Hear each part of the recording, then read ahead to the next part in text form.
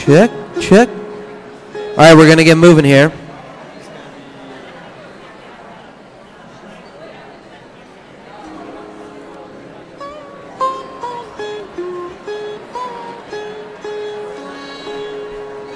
It's like The Wire, season 4. The students aren't listening. Address, like it's talk, and you'll get. I'm Pres Beluski. It says 1 minute. Shh. Then there'll be 5, 8 minutes. All right, we're going to get started here. And you'll do like the warning sound. This next section has a equally cryptic and enigmatic title. Governments. Perhaps governments as malleable structures. Perhaps governments as static beings. So to kick it off, we have the only repeating presenter, Laurie Joe Reynolds, who is a professor at Loyola University and Columbia College in Chicago. She's a video artist and activist and organizer of a protest and reform coalition that targets the TAM Supermax prison in southern Illinois. Laura Kurgan is a renowned academic and architect. She is the co-director of the Spatial Information Design Lab at Columbia University, where she also teaches architecture.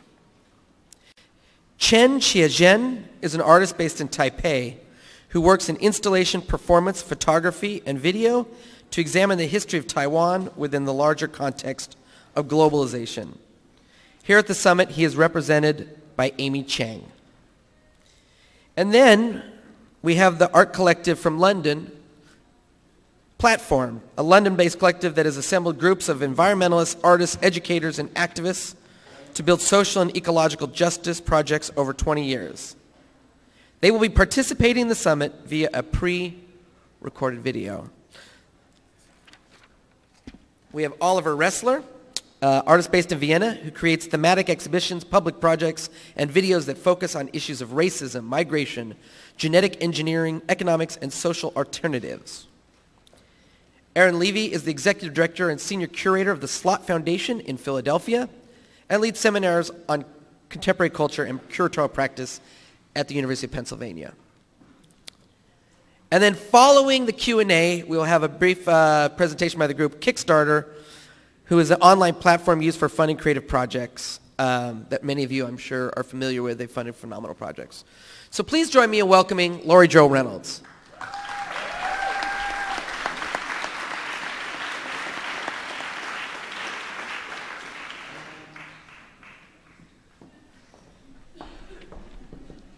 So, I'm not going to take any questions from the audience. Hey! Laurie's going to be here soon, right? Yeah. Laura, please join me in welcoming Laurie Joe Reynolds.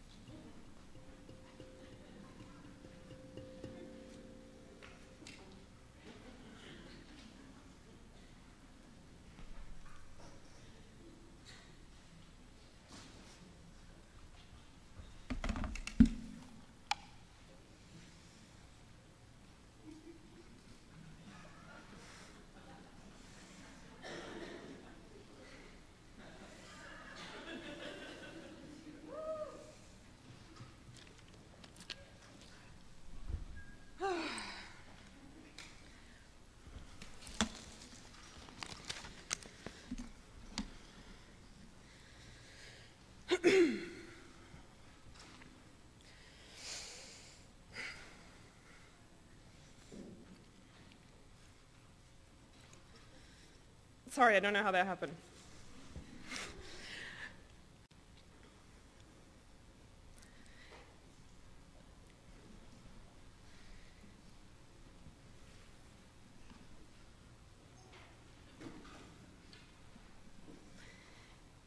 At TAM's Supermax prison, men are held in indefinite solitary confinement for years on end. No phone calls, no contact visits, no communal activity. Prisoners never leave the cell except to exercise alone in a concrete room. Long-term isolation, the cold storage warehousing of human beings, provokes mental breakdowns. It is a form of torture. I did art projects about this prison. Years passed, and the same men were still there. I helped form the TAMS Poetry Committee to send letters and poetry to every prisoner in TAMS. Another year passed. One prisoner wrote, "Hey, this poetry is great, but could you please tell the governor what they're doing to us down here?" The prisoner was saying, take some political responsibility. In making political art, we are not just working with politics as if politics were another set of oil paints. We are representing the needs of actual people. Is it our goal to make art about the harms we see, or to end the harm? Or do we think that our art can end the harm? Artists have for 50 years been concerned with systems, art systems, environmental systems, advertising, media, real estate, systems of knowledge, language, gender, and identity. But there has not been equal fervor to challenge or intervene in government systems, even by political artists.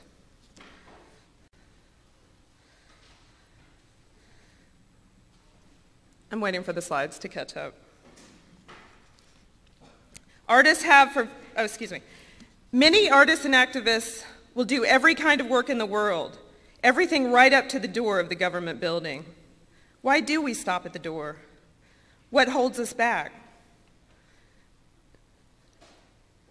Fears of losing our aesthetic purity? The prospect of being reformist instead of radical? Or do we have, as one cutting-edge public art curator put it, a will to futility? In 2008, we turned to legislative art and launched TAMS Year 10, the campaign to reform the Supermax. The target was our government. I'm an enthusiast for working with governments, not just because it is engaging and rewarding, but simply because it is necessary. Policies are made by governments, and that's where you have to go to change them. And artists are uniquely qualified to change law and policy. We are used to attempting the impossible and have the time, instincts, and commitment to try. Artists can research, read between the lines, create dynamic publicity. We know how to work with limits. Artists can fail grandly and start again. Artists are free in the existential sense. Artists are in the world, not of it. Actually, I don't know if that's true, but we should be. And those of us taken with existentialism, absurdity, surrealism, and performance will be especially positioned to relish the legislative arts.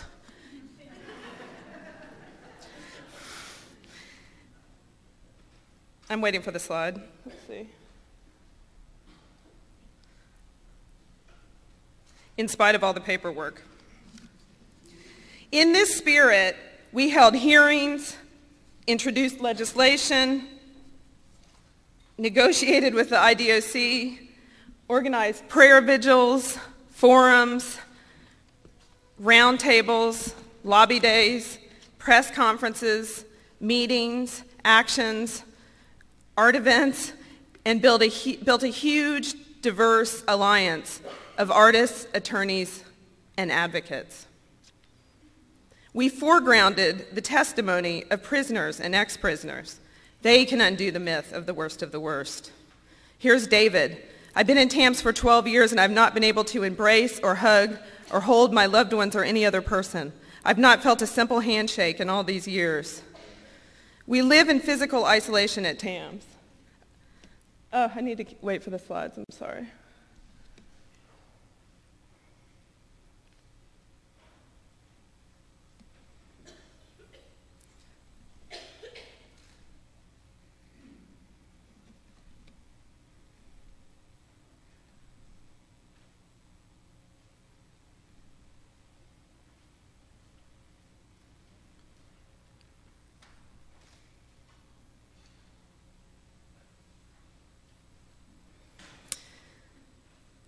I would love to play sports with others or be able to sit at a table and eat a meal together. Any physical action is a longful thought beyond reach. Robert was mentally ill and begged us for help. He died mysteriously last year at age 33 after 10 years in isolation. You're looking at his last grievance. We savored the legislative arts as only artists could. At one government performance, me and an art historian, hijacked a House Appropriations Committee hearing by testifying against the entire $1.2 billion Department of Corrections budget because of the torture at TAMS. What was normally a rubber stamp for the IDOC became an interrogation. Every legislator asked a question. All of our cultural work had a political goal. Here is a parsley eating contest at our We've Come a Long Way picnic. Here's some tightrope walking lessons.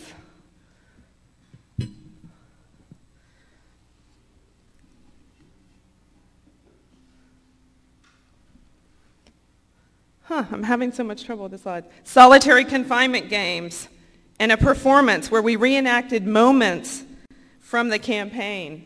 Afterwards, an audience member asked the ex-prisoner, what's the difference between giving your testimony in real life at a legislative hearing or as art here in the gallery? He answered, there is no difference between art and life. Another project, Supermax Subscriptions, allows people to donate their frequent flyer miles to buy magazines for prisoners, transferring the surplus of well-traveled people to people who never leave their cell. This prisoner commended us on the project. It is a work of art and not only an expression of creative ingenuity, but even higher yet, a gesture of sincere humanity. He requested Martha Stewart Living and Working Mother.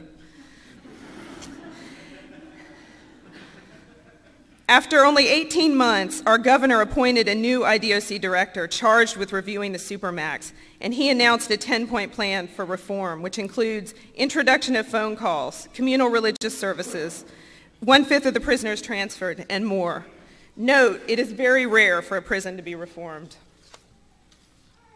With state governments now bankrupt, this is a good time for legislative art. We have a soft target. Legislators and bureaucrats may be grateful to you, grateful to see you. There are scores of smart public servants who aren't radicals but are willing to address difficult issues, look for best practices, engage with communities, and tell the truth. And that has come to seem radical. 2 such bureaucrats were pushed out last year, and there was a groundswell of reaction. Oh, sorry, I think this went ahead. There we go. And there was a groundswell of reaction. This work doesn't deny you any of the glory, indeterminacy, collaboration, authorship, brushes with the uncanny, or magical strange beauty that art has given all of us. On the contrary, it is a way to find it. The challenge of TAMS Year 10 was deconstructing the notion of the worst of the worst.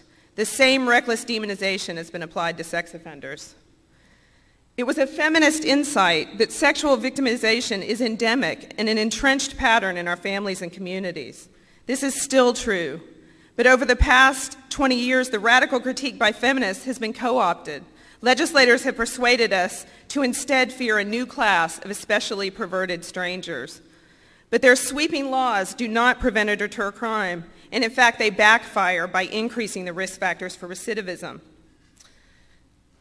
They also have negative consequences for victims, families of SOs, and law enforcement. Could artists be a help here? There's certainly an enthusiasm gap. Since the public is so preoccupied with what sex offenders are thinking and doing, here's a testimony project called SO Bulletin, designed to tell them. When you talk to people on the registry, you discover that life is often just about losing your housing, losing your job, becoming a shut-in, or falling into serious depression. From D'Angelo, being a registered sex offender really scares me. You hear things like, oh, if an SO moves into my block, I'll kill him, cut his shit off, or I'll rape his ass. When living in a publicly marked house, the entire family of the registrant feels the shame, stigma, exposure, and fear, including the children. I was embarrassed as a child just because my father cussed. When But what about the psychogeography for the rest of society? There are now one child, one adult ordinances at public playgrounds, and adults can't go there alone. This sexual abuse prevention organization warns parents to avoid what is now called the one child, one adult situation. Let's catch up. Let's see.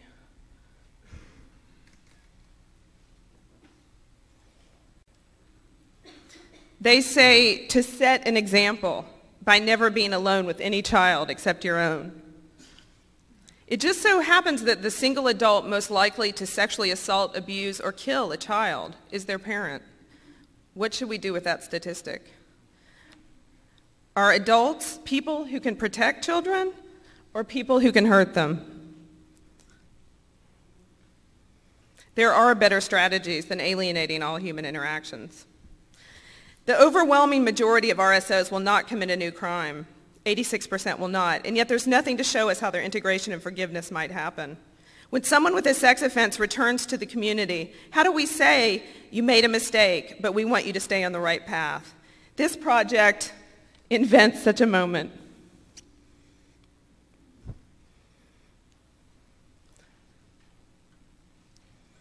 Here's what it might look like in Brooklyn, where you can pay a guy $50 to play a sex offender.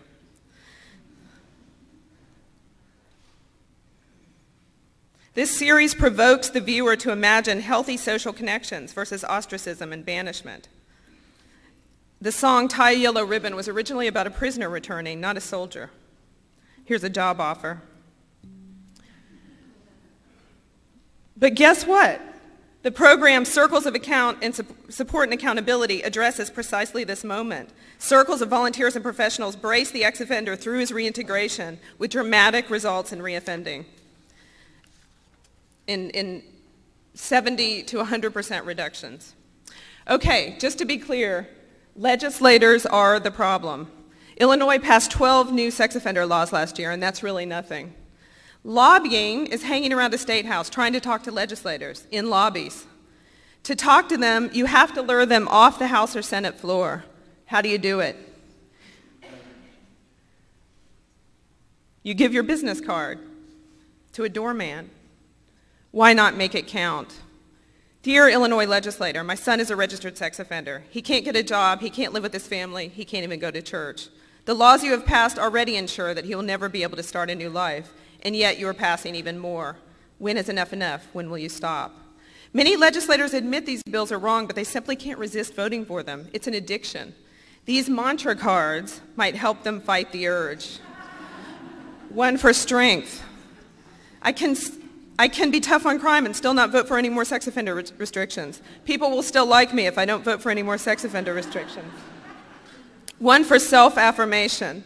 I am a good legislator and I care about public policy. I look at the evidence, I look at the research, I ask tough questions. I'm smart on crime, I'm not a lemming. The next card is an homage to the conceptual artist Adrian Piper, who was a light-skinned black woman, sometimes mistaken for white. This is her 1988 calling card.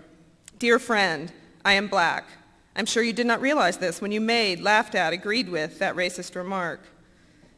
And she goes on to say, I regret any discomfort my presence is causing you, just as I'm sure you regret the discomfort your racism is calling me. Here's the SO calling card. Dear friend, I am a registered sex offender. I'm sure you did not realize this when you stated that all sex offenders should have their balls cut off, be castrated, be raped, etc.